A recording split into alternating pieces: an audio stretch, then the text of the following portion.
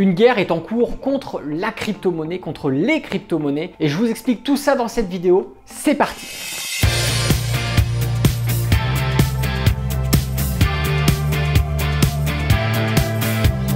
Bonjour à tous, c'est Alexandre, le trader indépendant, et dans cette vidéo on va parler de crypto-monnaie, de législation, de ce qui risque d'arriver dans le milieu de la crypto. Est-ce que c'est bon? Est-ce que c'est mauvais? En tout cas, ce qui est sûr, c'est qu'une guerre est en cours de la part des États contre le milieu de la crypto, et je vous explique tout ça dans cette vidéo. Alors déjà, petit récapitulatif, grosso modo, la crypto existe déjà maintenant depuis quelques années, est en phase montante justement d'adoption de la part de l'ensemble des particuliers, même si aujourd'hui, il n'y a qu'une infime partie de la population qui utilise la crypto-monnaie, il y a une grande majorité encore qui n'en sont pas utilisateurs. Mais déjà, le peu de succès qu'a la crypto-monnaie aujourd'hui dérange les États au plus haut niveau. Une chose qu'il faut comprendre avant d'aller plus loin, c'est qu'un État, pour avoir du pouvoir sur son peuple, doit contrôler sa monnaie. C'est-à-dire que, à l'époque, la France avait le franc et gérait son économie, gérait sa politique, avait une influence sur sa population grâce à la gestion monétaire. Aujourd'hui, on est passé à l'euro, les États se sont centralisés et forment l'Union européenne, mais c'est toujours le même principe. L'Union européenne a une influence sur les Européens parce qu'elle contrôle l'euro, elle contrôle sa monnaie. Et il en est de même pour tous les États du monde ou groupements d'États.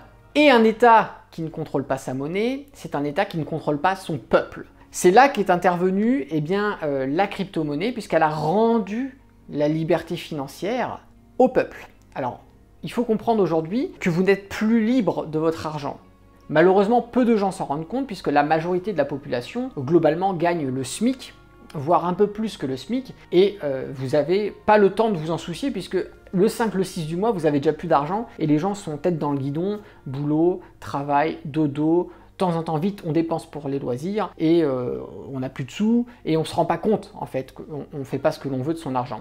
Je vais m'adresser à ceux qui gagnent un peu plus que le SMIC, même ou qui gagnent aisément leur vie. Ces gens-là savent effectivement qu'on ne peut pas faire ce que l'on veut de son argent. Aujourd'hui, chaque transaction doit pratiquement être justifiée. Quand vous avez une dépense, la banque va bloquer cette dépense et va vous demander un justificatif. Pour quelle raison vous dépensez autant d'argent? Si vous ne nous fournissez pas un justificatif, on empêche la transaction de se faire. Si demain vous voulez donner de l'argent à quelqu'un, vous voulez donner 10 000 € à votre mère pour l'aider, vous n'avez pas le droit de le faire. Il faut un justificatif. Il faut aller voir l'autorité fiscale, il faut lui demander l'autorisation, elle va vous faire un certificat, comme quoi vous avez le droit de donner tant, parce que elle va récupérer une taxe sur la transaction par l'intermédiaire de la déclaration d'impôt de la personne qui va recevoir l'argent, par exemple. Ou parfois, dans d'autres pays, c'est sur la personne qui donne de l'argent. Vous n'êtes pas libre de votre argent aujourd'hui, puisque tout est soumis à contrôle pour, soi-disant, lutter contre le blanchiment d'argent et le financement du terrorisme. Or, ça n'empêche pas le blanchiment d'argent, ça n'empêche pas du tout le financement du terrorisme. Cependant,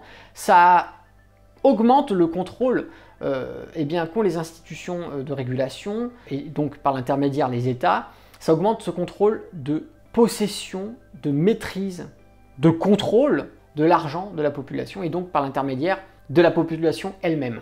Et c'est là qu'a été créée la crypto-monnaie, comme je vous le disais au début, pour rendre la liberté financière aux gens. Étant décentralisés, les États, les régulateurs n'ont pas la main mise sur les blockchains, n'ont pas la main mise sur les transactions. Vous êtes libre avec votre wallet d'acheter de la crypto-monnaie et d'en faire ce que vous voulez. Vous pouvez la donner, la transférer, la dépenser, l'économiser, sans qu'à aucun moment un État, un régulateur, une banque puisse bloquer les transactions, prélever sans votre autorisation de l'argent dessus, bloquer vos comptes, bloquer vos cartes, vous interdire de dépenser. Ils ne peuvent pas le faire. Et ça les emmerde au plus profond. Sauf que vous l'aurez bien compris, forcément, ça emmerde tellement les États qu'ils cherchent des solutions pour reprendre le contrôle sur le milieu de la crypto-monnaie. Et c'est là que les problèmes commencent. Alors on a eu, au lieu de chercher à prendre le contrôle, on a eu des États, comme par exemple la Chine, qui a été très agressif et qui a carrément interdit la crypto-monnaie, que ce soit le minage, la détention, la transaction, sous quoi les gens prennent de grosses amendes, vont faire carrément de la prison, perdre du crédit social, etc.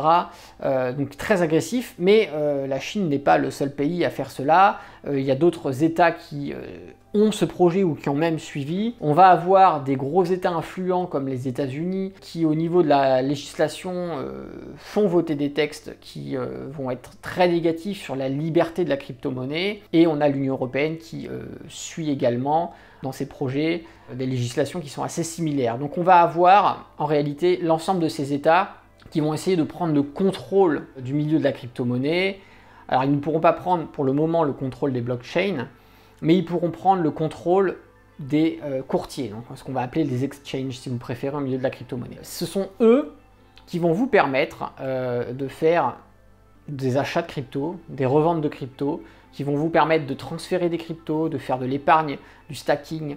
On va également avoir les wallets aussi, parmi les nombreux wallets qui existent, qui vont être soumis probablement à ces législations, c'est en pourparlers en tout cas, pour qu'elles permettent en fait à l'État d'avoir un contrôle. C'est-à-dire que si des transactions dépassent un certain plafond, la transaction est bloquée, il va falloir un justificatif, mais permettre également aux régulateurs, aux institutions fiscales, eh bien, de bloquer les comptes crypto des particuliers s'ils ont des dettes, d'interdire des transactions, de bloquer des transactions, de bloquer les possibilités de dépenses, bref, tout ce qu'ils peuvent faire aujourd'hui avec la monnaie fiduciaire, que ce soit l'euro, le dollar, le yen, etc., ils veulent avoir le même contrôle sur la crypto. Et ça, c'est problématique, puisque la crypto-monnaie a été créée à la base pour être un système financier décentralisé et libre à 100% de toute influence étatique. Eh bien, on se retrouve avec le risque que cette liberté soit retirée et qu'au final, détenir une crypto-monnaie ou détenir un euro ou un dollar n'aura plus réellement de différence puisque les contraintes seront identiques sur les deux. Forcément, voilà, il fallait s'y attendre, les États n'allaient pas rester sans répliquer puisque comme je vous le disais dans le début de cette vidéo, un État qui contrôle sa monnaie est un État qui contrôle son peuple. Si le peuple n'utilise plus la monnaie de l'État mais à une liberté financière de dépenses, de gains, de transactions qui échappe complètement à toute autorité, eh bien c'est un pouvoir de maîtrise et de manipulation que l'État a en moins sur sa population. Donc c'est perdant pour l'État, mais c'est gagnant pour le peuple, effectivement. Alors quelle influence eh bien, cette guerre pourrait avoir sur les crypto-monnaies? Est-ce que c'est si négatif que ça? Moi je vous dirais ça dépend de l'évolution, bien évidemment. Si on a une législation qui est de plus en plus agressive, de plus en plus restrictive, effectivement ça va avoir un effet négatif puisque ça va faire perdre de l'intérêt à la crypto-monnaie. Alors on trouvera toujours très certainement des exchanges clandestines, des courtiers clandestins sur lesquels on va pouvoir avoir quand même une liberté, mais on sait très bien que ça ne durera pas, qu'il y aura forcément comme ça s'est fait avec des gros sites pirates, le FBI et autres qui vont venir fermer les comptes, fermer le site, comme ça s'est fait, je crois qu'à l'époque c'était Mega Upload aussi, qui offrait une liberté de téléchargement. Bon voilà, le site a été vite rasé, même si les serveurs étaient à l'étranger. On pourrait avoir ce problème-là, donc même si des exchanges un peu du dark web feraient son apparition, on aurait toujours, surtout quand ça touche au pognon, tout un armada de possibilités pour faire fermer ces sites. Donc effectivement, ça pourrait avoir une influence négative, faire perdre de l'intérêt aux crypto-monnaies, et donc si ça perd de l'intérêt, les gens n'achèteront plus forcément beaucoup de crypto. On pourrait avoir une dévaluation à cause de cela. Mais si ça va dans le bon sens, si c'est juste un contrôle pour éviter ce qu'on a eu et ce qui existe encore aujourd'hui, de nombreuses arnaques sur les crypto-monnaies, il y a beaucoup de gens qui se font pirater leur wallet. Il y a des gens qui avaient plusieurs bitcoins, vous le verrez, qui étaient chez des brokers, des courtiers. Les courtiers sont partis du jour au lendemain avec le pognon des gens, impossible de remettre la main mise dessus. Donc effectivement, si ça va dans le sens de protéger les détenteurs de crypto, et seulement ça, ce serait positif. Mais je serais très étonné qu'il n'y ait pas d'arrière-pensée et que ça soit seulement sécuritaire. Moi je pense qu'on va toujours vers ce délire de vouloir absolument tout contrôler, puisqu'en réalité la population est de plus en plus infantilisée, les gens sont des irresponsables, et comme n'importe quel irresponsable, on doit leur taper sur les fesses pour leur faire comprendre les choses et les remettre dans le droit chemin. Si c'est vers ça que le scénario s'écrit, effectivement, ce serait négatif. Et j'aimerais bien savoir, vous, exactement, ce que vous en pensez. N'hésitez pas à le faire savoir dans les commentaires. Est-ce que vous pensez que ça serait négatif? Est-ce que vous pensez qu'au contraire, on ne va pas du tout vers ce genre de scénario?